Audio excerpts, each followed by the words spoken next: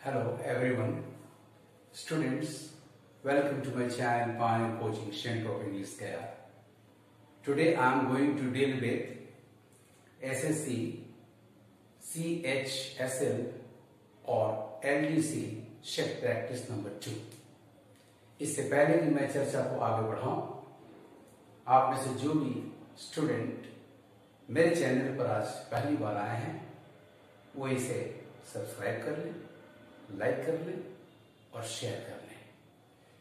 आइए इस set practice का पहला क्वेश्चन है common errors. Please pay attention to it. हर पार्ट को आप ध्यान से पढ़ेंगे और एरर को फाइंड आउट करेंगे। Question number 1, being very dark, अंधेरा होने के कारण, यानी ये टाइम दिखा रहा है।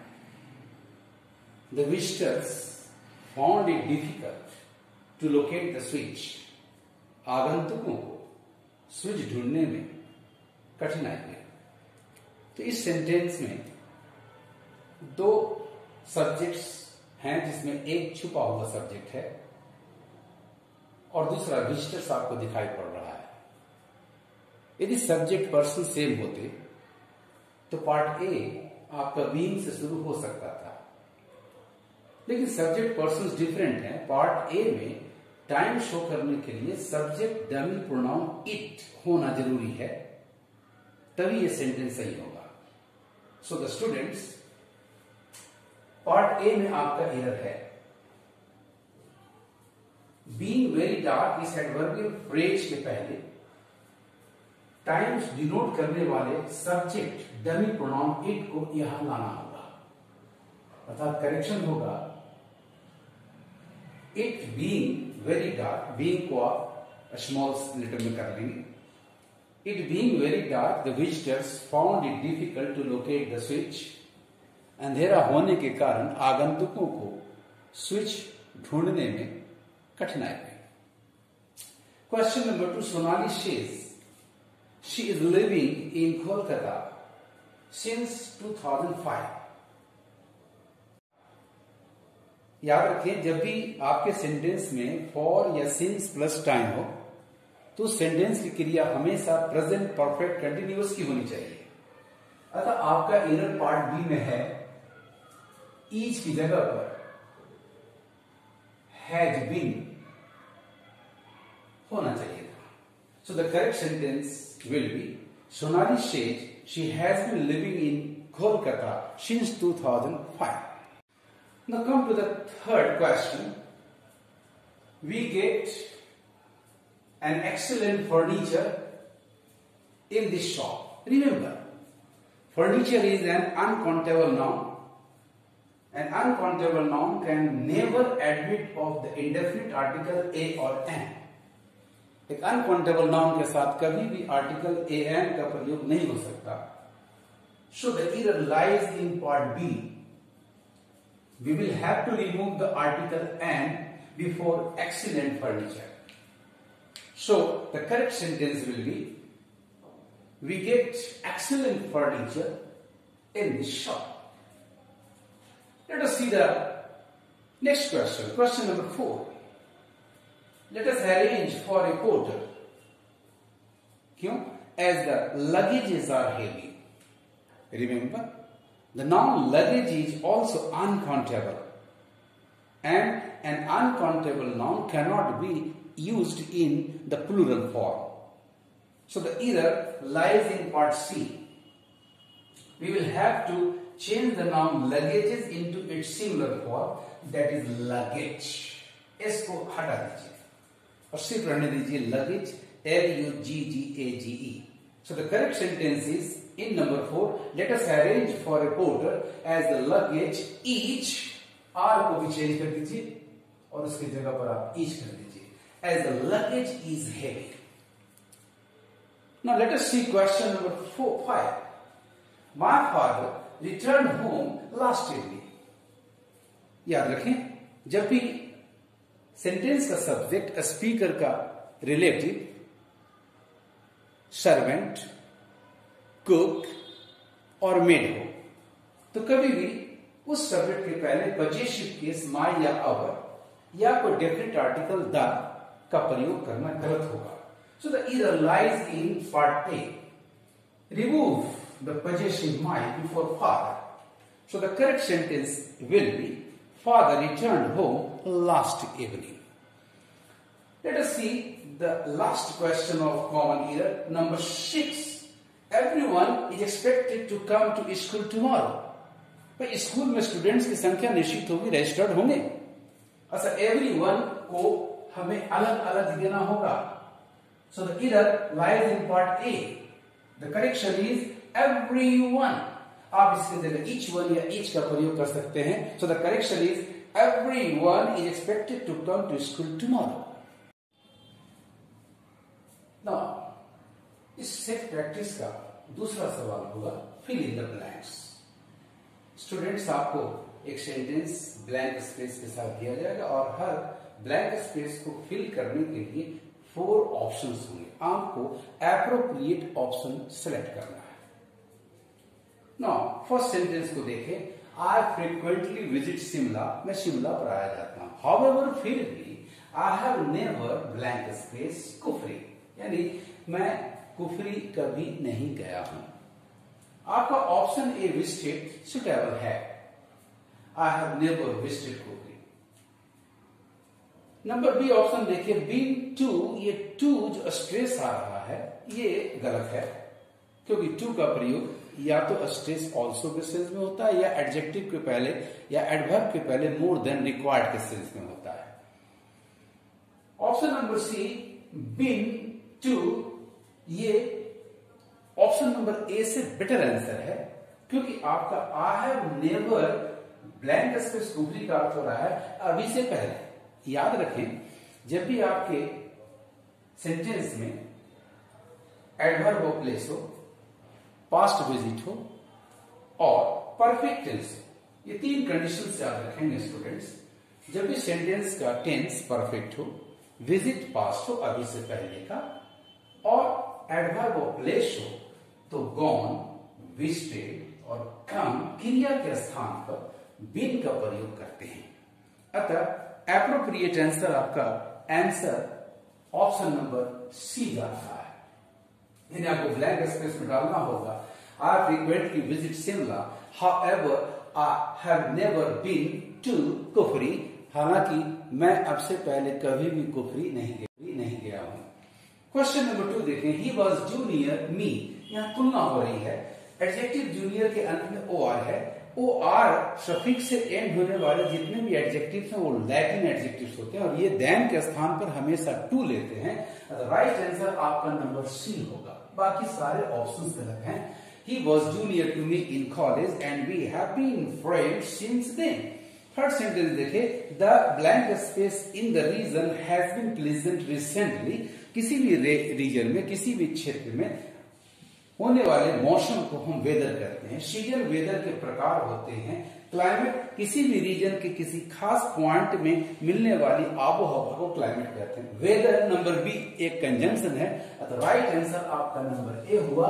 Weather in the region has been pleasant recently. Now fill in the blanks का चौथा क्वेश्चन है. While he was working at the construction site, a block of wood suddenly blank space his right shoulder. While he was working at the construction site, ये period action है. इस काम के चलते रहने के दौरान a block of wood suddenly, एक block of wood का suddenly गिर करके उसके right shoulder को चोट कर देना, ये point action है. Remember, with the period action in the past, when there is a period action, it is past continuous. And the point action, जो इसके दौरान होता है, must be in the past indefinite. So the right answer, student, is number C, hit. आपको blank space में hit भरना होगा. Number A was hit गलत है, क्योंकि एक्शन पैसिव जा रहा है ए के अनुसार, जबकि सेंटेंस के अनुसार वुड ने ही चोट किया, ये एक्शन आपका एक्टिव जा रहा है. Had hit past in past की स्थिति है नहीं, चल रहा था साइड पे काम और उसी दौरान ऐसा हुआ. नंबर डी तो बिल्कुल गलत है, क्योंकि पैसिव होगा नहीं और हिट का पास्ट पार्टिसिपल हीटेड होता नहीं है। So the right sentence is, while he was working at the construction site, a block of wood suddenly hit his right shoulder. Question number 5 देखें आप। Blank space following all the instructions closely. सारे instructions को बड़ी बारीकी से उसने follow किया। He missed out an important guideline. लेकिन एक महत्वपूर्ण गाइडलाइन मार्गदर्शन से वो चूक गया। याद रखें, फर्स्ट पार्ट आपका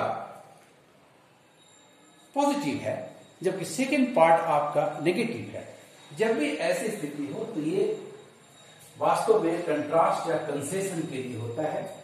नंबर ए ऑल्दो और नंबर डी दो ये कंजंक्शन है जिसके लिए क्लाउज होना जरूरी है, जबकि blank space following all the instructions ये क्लाउज नहीं फ्रेज है, यानी इसमें प्रीपोजिशन ही बैठ सकता है। और आपका प्रीपोजिशन ऑप्शन नंबर बी और ऑप्शन नंबर सी में है। ऑप्शन नंबर बी में इन स्पाइट एक साथ लिखा गया जो कि गलत है। So right option students number C, in spite of. So the correct sentence will be, in spite of following all the instructions closely, he missed out an important guideline. इस set practice का third question है synonyms. आपको एक word block letters में दिए जाएंगे और उसके 4 ऑप्शंस होंगे, उनमें से किसी एक ऑप्शन को आपको एप्रोप्रिएट करना है। Number 1 thrive. थ्राइव का मतलब होता है तेजी से तरक्की करना, आगे बढ़ना। ऑप्शन नंबर ए फ्लरिश का अर्थ है थ्राइव करना।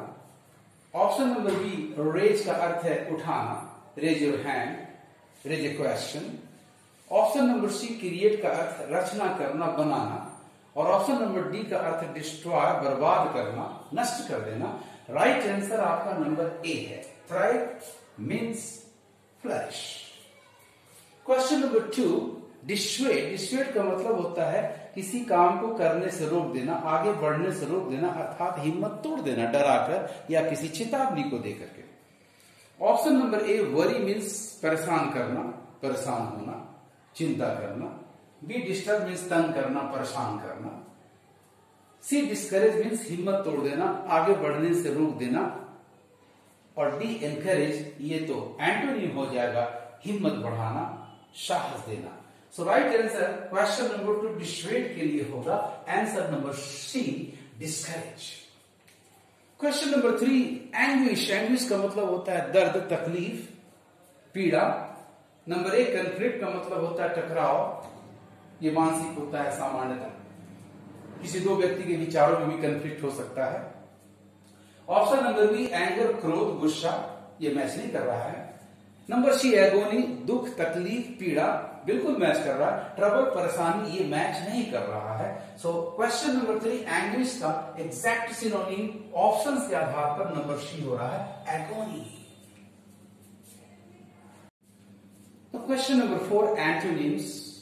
आपको 3 वर्ड्स दिए जाएंगे ब्लॉक लेटर्स में और हर वर्ड के लिए 4 ऑप्शंस होंगे। इनमें से कोई एक ऑप्शन एप्रोप्रिएट एंटोनिम होगा गिवन वर्ड का, अपोजिट वर्ड। ना नंबर 1 देखें, परमिट। परमिट का मतलब होता है अनुमति देना, स्वीकृति देना। तो उसके मैच में सिनोनिमस जा रहा है number A approve, number B भी सिनोनिमस ही जा रहा है सर्टिफाई, नंबर ई एंडोर्स भी सिनोनिमस है। Only number C is the antonymous. So question number 1 permit का right antonym opposite word number C होगा, फॉरबिड, मना कर देना, अनुमति नहीं देना।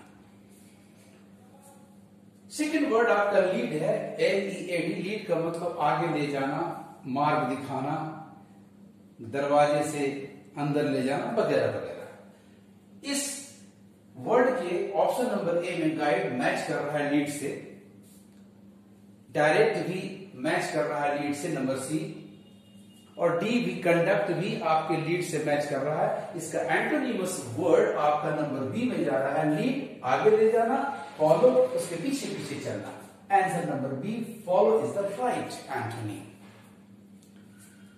The third one is insolent. Insolent का मतलब होता है बदतमीज, दबंग, किसी के ऊपर हावी होने वाला, शिष्टाचार से एकदम विहीन, बिल्कुल शिष्ट नहीं हो। इंसॉलेंट के लिए आपका नंबर ए में एरोगेंट सिनोनिमस है, नंबर बी ओवरबियरिंग भी उसका सिनोनिमस है, नंबर सी डिसडेनफुल भी उसका सिनोनिमस है, क्योंकि जो भी व्यक्ति इंसॉलेंट होगा वो एरोगेंट होगा, ओवरबियरिंग होगा, डिसडेनफुल होगा, लेकिन वो सबमिसिव नहीं होगा, क्योंकि सबमिसिव ठीक इसका विपरीत है। So the right antonym to the word insolent is number D submissive, number D submissive. Question number 5, idioms and phrases। हर इडियम और फ्रेज जो भी आपको मिले, ज्यादातर इडियम्स ही मिलते हैं, में 4 ऑप्शंस होंगे, उनसे मिलते हुए अर्थ वाले ऑप्शन को आपको सिलेक्ट करना है। The first one is in black and white. In black and white का मतलब होता है लिखित रूप से, यानी इन राइटिंग। इन शॉर्ट संक्षेप में, इन फुल स्विंग, पूरी तरह से खुलकर, यूजलेस बेकार, ये बी, सी और डी बिल्कुल मैच नहीं कर रहा। So right answer in black and white का होगा नंबर ए, इन राइटिंग, लिखावट में। Number 2, hand in glove. भाई ग्लोब दस्ताना, हैंड हाथ, हाथ दस्ताने के अंदर, यानी दोनों में अंतरंगता है, दोनों में मित्रता है, बहुत अच्छे संबंध है, ऐसा अर्थ दिखाने वाला राइट ऑप्शन आपका नंबर बी जा रहा है, वेरी इंटीमेट, क्योंकि नंबर ए दुश्मन, ओपन एनिमी, नंबर सी आपका वेरी रूड, बिल्कुल बदतमीज, and number D very difficult. ये तीनों मैच नहीं कर रहे हैं। So idiom number 2 hand in glove का सही अर्थ आपको नंबर बी में प्राप्त हो रहा है students, very intimate. Now idiom number 3 देखिए, अ हार्ड नट, कड़ा नट, बादाम जैसा फल, a hard nut to crack, इतना कड़ा कि उसको तोड़ा नहीं जा सकता, अर्थात कोई बहुत ही कठिन समस्या, कोई बहुत ही कठिन सवाल। Yes, right answer number A है, मार देना इसे, a difficult problem, because number B an easy question हो नहीं सकता, क्योंकि हार्ड नट है। सी एक्सपेंसिव, यहां खर्च से कोई मतलब है नहीं, एन एक्सपेंसिव थीम भी बेकार है। और चौथा फुल सर्च, मूर्खता वाला खोज, ये भी आंसर फिट नहीं बैठ रहा है। So the idiom a hard nut to crack का right answer, right option number A है स्टूडेंट्स, मान दीजिए, a difficult problem. Idioms and phrases में 4th क्वेश्चन आपका है, 4th इडियम है at a loss. At a loss का मतलब घाटी में, इस ऐसी अवस्था में कि आप कुछ भी करने में समर्थ नहीं है। ऑप्शन नंबर ए बिल्कुल फिट बैठ रहा है इसके अर्थ में, बी तो इसका एंटोनिम होगा, सी डिफीट से यहां कोई नाता नहीं है, डी एक्सपर्ट भी यूजलेस है। So right option to this idiom at a loss is in number A, unable, एकदम मान देना है। Number 5, a lame excuse। लेम का मतलब होता है लंगड़ा, अपाहिज, भटक कर चलने वाला। एक्सक्यूज का मतलब होता है बहाना, एक ऐसा बहाना जो कि नकल करने वाले, लंगड़े की चाल की नकल करने वाले व्यक्ति की जैसे पहचान हो जाती है कि ये वास्तव में लेम नहीं है, ये एक्टिंग कर रहा है, नकल कर रहा है। अर्थात एक ऐसा एक्सक्यूज जो तुरंत पकड़ में आ जाता है, किसी को संतुष्टि उससे नहीं मिलती है, ऐसे एक्सप्लेनेशन से। इस तरह का राइट ऑप्शन आपका नंबर डी जा रहा है, अनसेटिस्फैक्टरी एक्सप्लेनेशन, क्योंकि यदि गुड एक्सप्लेनेशन होता तो फिर वो एक्सक्यूज लेम नहीं होता। यूजलेस टॉक, इसका कोई अर्थ यहां नहीं आ रहा है। इन फीलिंग्स, ये भी मैचलेस है। So right option to the idiom number 5, a lame excuse, is in number D, unsatisfactory explanation, मार दीजिए।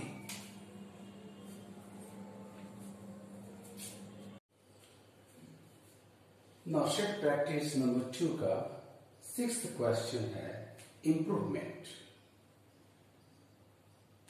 इसमें स्टूडेंट्स दिए गए ईच सेंटेंस के कुछ शब्दों को अंडरलाइन किया जाएगा। यदि उस अंडरलाइन पार्ट में कोई एरर है तो आपको 3 ऑप्शंस A, B, C में से चुनना होगा, और यदि कोई इंप्रूवमेंट की जरूरत नहीं है तो आपका ऑप्शन नंबर डी होगा NI, नो इंप्रूवमेंट। आइए इसे करते हैं। फर्स्ट सेंटेंस आपका है the offer is very good so it just can't be true. Remember, so के साथ हमेशा दैट क्लॉज होता है, और सो एडजेक्टिव के पहले आता है, यानी होना चाहिए था the offer is so good that it just can't be true. But ऐसा कोई ऑप्शन आपके पास नहीं है, तो फिर इसकी जगह पर एडजेक्टिव गुड के पहले मॉडिफायर टू TOO होना चाहिए, और टू गुड के बाद इन्फिनिटिव होना चाहिए। तो आपके पास अंडरलाइन पार्ट के बाद बी ट्रू है, तो very good so it just can't को हटाकर टू गुड टू यदि कर दिया जाए तो हमारा सेंटेंस बिल्कुल करेक्ट हो जाएगा। सो the right option is in number 1, number C, too good to. The offer is too good to be true. Question number 2 को देखा जाए, the bell was ringing and ringing. याद रखें, इंग्लिश में कभी भी हम शब्दों को रिपीट नहीं करते, ringing and ringing, beautiful and beautiful, very very, ये गलत है। अतः इस पार्ट में इंप्रूवमेंट की जरूरत है। यह रिंगिंग एंड रिंगिंग का मतलब होता है बार बार बजना, यानी रिपीट होना।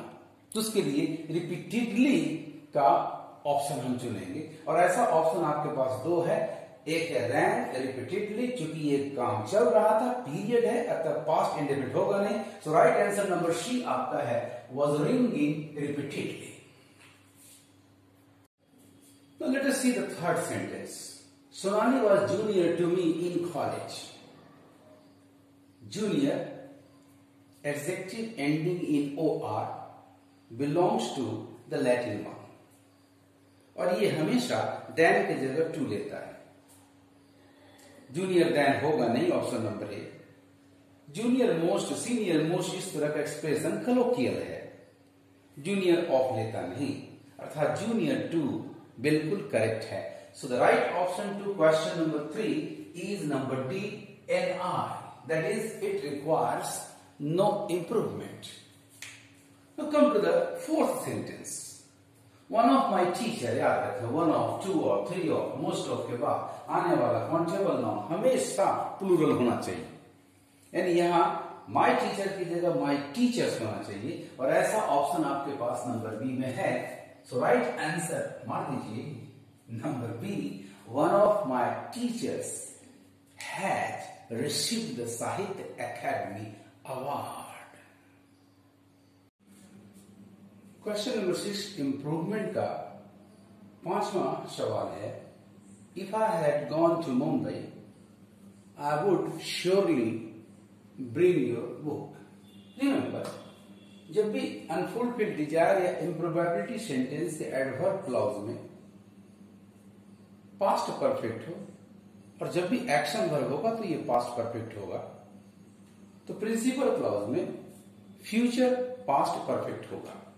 यदि सर्टेनिटी है तो कुड के साथ हैव प्लस मेन वर्ब 3, और यदि सर्टेनिटी नहीं है तो वुड के साथ हैव प्लस एवी नंबर 3 होना चाहिए, जबकि यहां अंडरलाइन पार्ट में वुड श्योरली ब्रिंग है।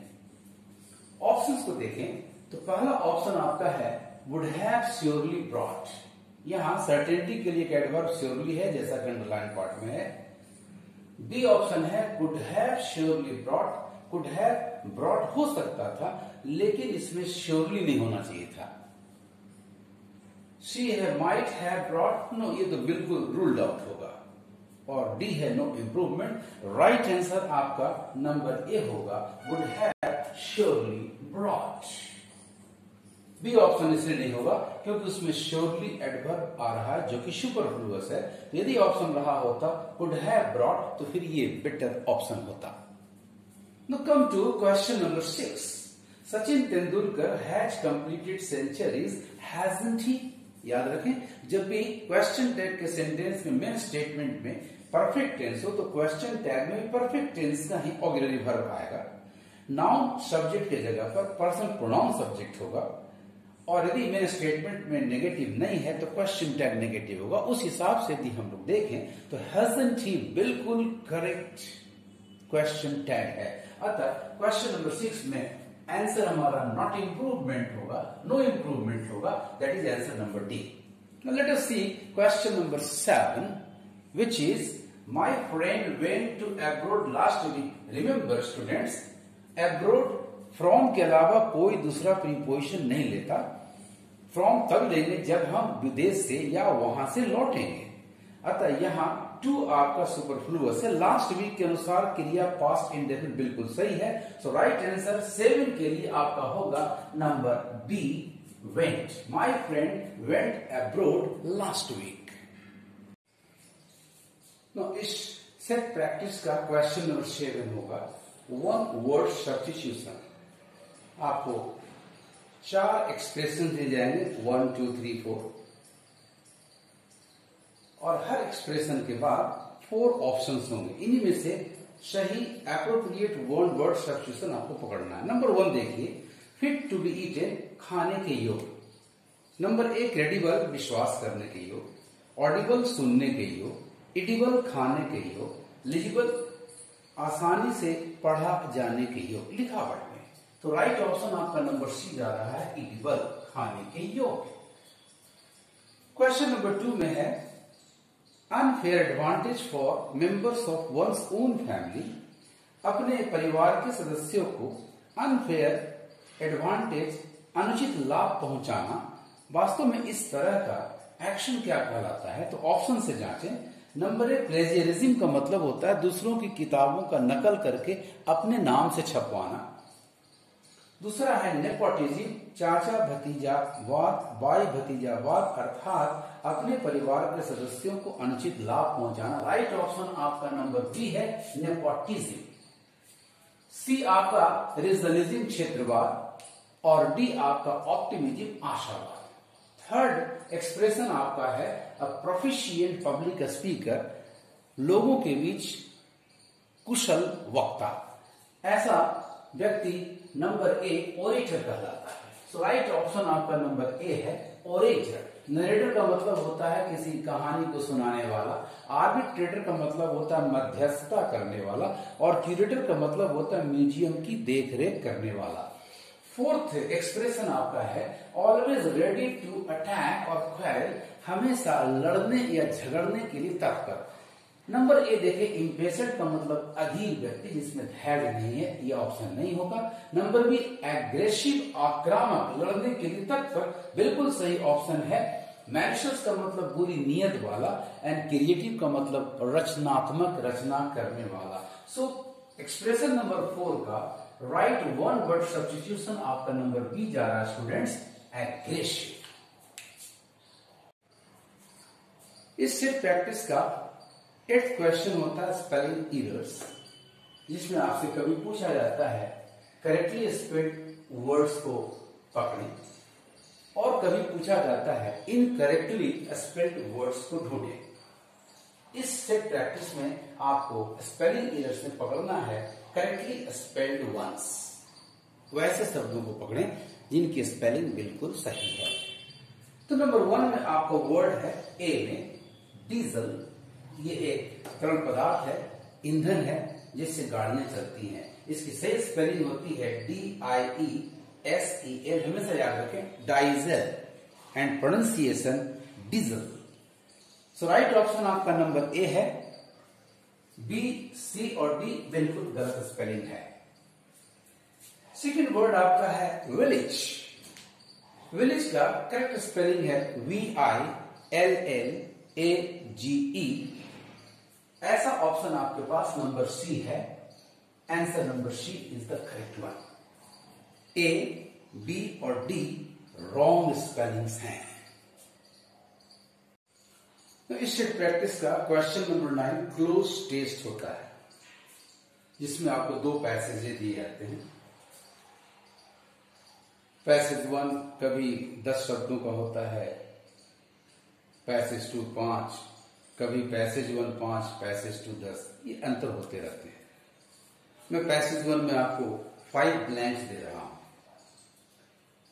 Late us see, in Buddha's days, Mahatma Buddha के काल में, rough rectangular coins blank space issued.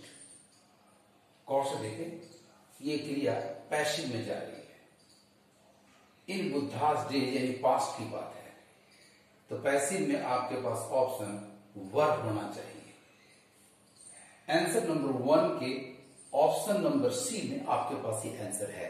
Was होगा नहीं क्योंकि आपका कॉइन्स प्लूरल है, हैड और हैव होगा नहीं क्योंकि क्रिया का वॉइस पैसिव जा रहा है। So right answer number B.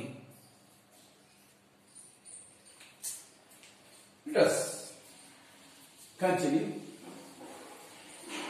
In Buddha's days, rough rectangular coins were issued by various economic and political authorities. Blank space. It was not until, देखिए इधर issued है पॉजिटिव और उधर not until नेगेटिव है, अतः कंट्रास्ट में conjunction always but होता है। तो ब्लैंक स्पेस 2 में आपका आंसर होगा बट, और ऐसा ऑप्शन आपके क्वेश्चन 2 के एंड ऑप्शन नंबर डी में जा रहा है। सो बट को मार देना है। आइए इस पैसेज के तीसरे, चौथे और 5वें ब्लैंक्स को देखें। आपका सेकंड ब्लैंक बट हुआ। कंटिन्यू करें। But it was not until the 4th century before Christ that India arrived at a coinage guaranteed by the state. Sher Shah blank space well designed pieces of copper, मतलब शेर शाह ने इसको निर्गत किया, निकाला। Option number 3 में जो पहला है ए, इश्यूड, यस, कोई भी चीज सरकार या शासक निर्गत करता है, ये बिल्कुल फिट है। स्टार्टेड, इश्यूएंस और स्टार्टेड में अंतर है। मेड राजा या सरकार बनाती नहीं है, पुट फॉर प्रस्तुत नहीं करती किसी चीज के विमोचन के लिए। तो राइट आंसर आपका नंबर ए जा रहा है, issued. Sher Shah issued well designed pieces of copper, silver and gold. Come to the next one. In medieval India, the growth of industry and commerce was impeded, passive action है, और उसके बाद का हिस्सा religious antipathy यानी एजेंट दिखा रहा है। पैसिव एक्शंस में एजेंट दिखाने के लिए जनरली प्रीपोजिशन by का प्रयोग किया जाता है। Option number C is the correct one. Let us come to the last one. Was impeded by a religious antipathy to the taking of interest. The Indians put out, blank space के बाद, the Indians put out, verb है आपके पास, subject Indian है, तो इसमें एक ऐसा conjunction चाहिए जो ठीक एक्शन के पहले, बाद में दूसरा एक्शन भी आएगा, उसके पहले होना चाहिए। तो जरा आगे बढ़कर देख लें क्या है, बड़ी आसानी होगी आपको सिलेक्ट करने में। Indians blank space put out money at usually, कर्जादी में, महाजन वाले काम में। नॉर मिल गया, हमारा ट्रिक मिल गया। नॉर जहां ऑप्शन में हो उसके पहले हमेशा नाइदर होना चाहिए। तो right option is in number 5, number D, neither. So the Indians neither put out money at usury nor knew how to borrow. So question number 9 close test का passage number 2 है. Let us do it. One rainy day, I watched a neighbor blank space to push her toddler. Students, watch के बाद आने वाला blank space में जो verbal word है वो दोनों कंटिन्यू कर रहा है, साइमल्टेनियसली जा रहा है। मैं देख भी रहा हूं और वो ये काम कर भी रही है। जब भी ऐसा साइमल्टेनिटी हो, साइमल्टेनियस एक्शन हो, तो वो हमेशा प्रेजेंट पार्टिसिपल के रूप में होता है। अर्थात ब्लैंक स्पेस नंबर 1 में राइट ऑप्शन नंबर ए स्ट्रगलिंग होगा। टू स्ट्रगल होगा नहीं, बीइंग स्ट्रगल पैसिव है, यूजलेस है। वॉज स्ट्रगलिंग, यहां वॉज की जरूरत नहीं है क्योंकि आपका ये वर्बल वर्ड जो है ऑब्जेक्ट के बाद आ रहा है, present participle. So I watched a neighbour struggling to push her toddler in a pram. Pram एक बच्चों की गाड़ी होती है, इसका फुल फॉर्म है पैराम्बुलेटर। वो हुडेड गाड़ी होती है, उसमें बच्चे को हम लिटा करके और बाजार वगैरह जाते हैं। हर टॉडलर इतना छोटा बच्चा कि जो ठीक से चल नहीं पाता लेकिन चलने की चेष्टा करता है। हर toddler in a pram with one hand, एक हाथ से वो टॉडलर को प्रैम में डालने का प्रयास कर रही थी। And control her Dobermann with the other, और दूसरे हाथ से अपने कुत्ते, डोबरमैन एक नस्ल है कुत्ते का, उसे नियंत्रित कर रही थी। The dog didn't want to get its feet wet, कुत्ता अपने पैरों को जमे हुए जल से भीगने देना नहीं चाहता था। And was refusing to walk, और इसीलिए पैदल चलने से इनकार कर रहा था। I was about to put on my jacket, मैं अपना जैकेट पहनने ही वाला था। And offer help, blank space help, और उसे मदद देने वाला था। मदद, हेल्प की मात्रा चाहिए। आइए आंसर नंबर 2 में एक एक ऑप्शन को हम लोग देखें। पहला ऑप्शन है ए लॉट, ये गलत है, ए लॉट ऑफ हो सकता है। दूसरा ऑप्शन है सम, ये बिल्कुल फिट बैठ रहा है, थोड़ी मदद, एक पड़ोसी अपने पड़ोसी की थोड़ी मदद कर सकता है। सी द यूजलेस है, यहां फ्यू नेगेटिव सेंस और काउंटेबल नाउन के साथ आता है, जबकि हेल्प आपका काउंटेबल नाउन नहीं है, अनकाउंटेबल है। So right option is number B, some. So the sentence, the dog didn't want to get its feet wet and was refusing to walk. I was about to put on my jacket and offer some help when the trio, उन तीनों का दल, when the trio disappeared. When the trio disappeared के बाद blank space है, उसके बाद some hedges, झाड़ियां। तो कुछ झाड़ियों के पीछे ही आदमी छिप सकता है, अदृश्य हो सकता है। तो पीछे के लिए आपका right preposition blank space number 3 में नंबर डी है। सो व्हेन द ट्रायो, उन तीन लोगों की टुकड़ी, disappeared behind some hedges, when they appeared तो दिखाई पड़े, she to have sorted out her problem, ऐसा लगा कि उसने अपनी समस्या का समाधान कर लिया है। आइए आंसर नंबर 4 के ऑप्शंस को हम लोग देखें। तो आंसर नंबर 4 का पहला ऑप्शन वाज है, यूजलेस है। चूंकि यहां लगने का सेंस आ रहा है, पड़ोसी को लगा, मुझे लगा। शिम्ड बिल्कुल सही है, लुक्ड गलत है क्योंकि ये देखने में लगता है आप कैसे लगते हैं।